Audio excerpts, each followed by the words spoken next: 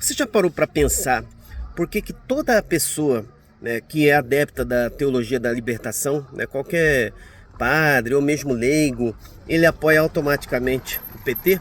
É simples.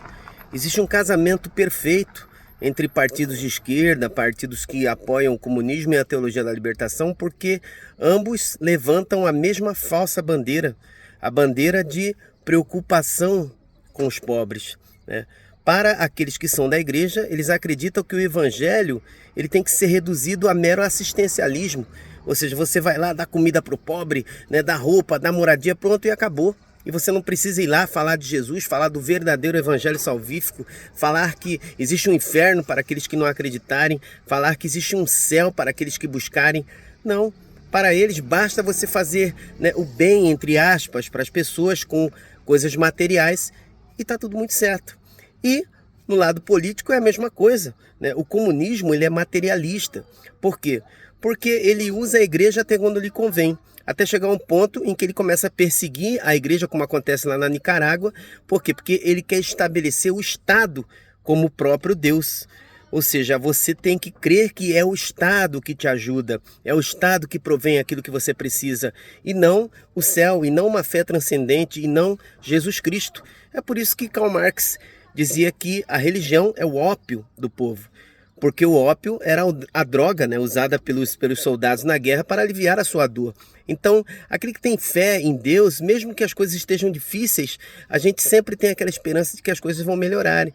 Mas o comunista ele não quer que as pessoas tenham essa fé, tenham essa crença, não. Ele quer que as pessoas acreditem que somente o Estado vai trazer, né, aquilo que elas precisam. Por isso que, né, nos países onde o comunismo já é tomado, mesmo como a Coreia do Norte, a China, lá é proibido ter Bíblia, é proibido professar uma fé. Se alguém se declarar cristão, isso é até crime. Então, as pessoas se enganam, se equivocam, porque nós temos que ter preferência pelos pobres. Primeiro porque Jesus Cristo não disse que tinha que ter preferência por ninguém.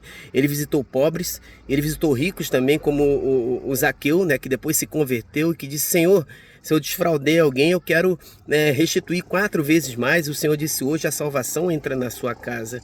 Então, não existe esse negócio de preferência. Agora existe, claro, atenção. Tipo um exemplo, você tem 2 filhos. Você prefere mais um do que o outro? Obviamente que não. Mas se um deles estiver doente, por exemplo, aí você tem que dar mais atenção para um do que o outro. A mesma coisa com relação às pessoas que passam necessidade.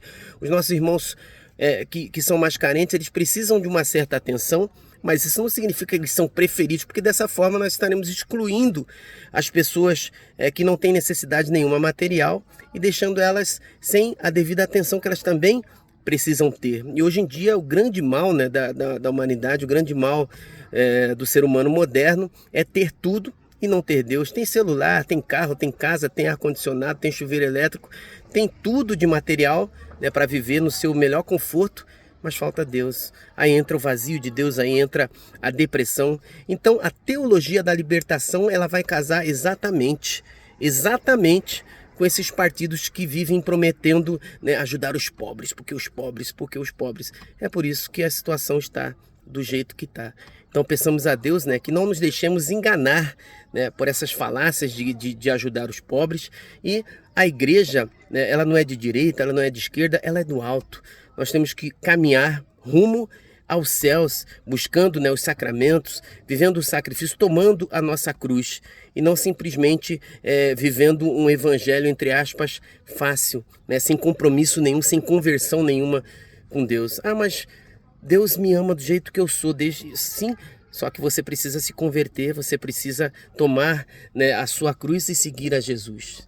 Que Deus nos abençoe e abençoe o nosso Brasil.